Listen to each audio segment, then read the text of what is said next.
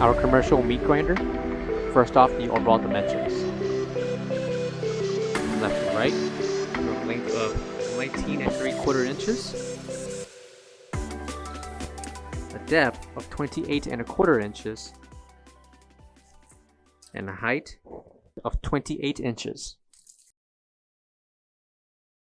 Interior dimensions of the top tray, we have 23 inches in length, 14.5 inches in depth, by 3.5 inches high.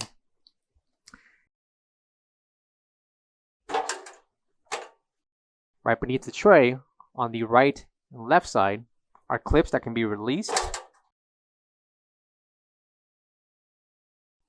and tightened.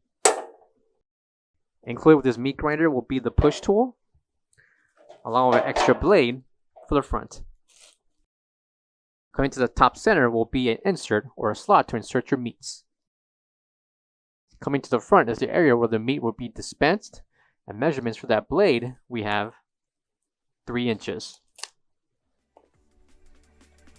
Coming to the bottom corner we have the on and off power switch. And coming to the back will be the ETL NSF certification along with the 110/120 voltage plug.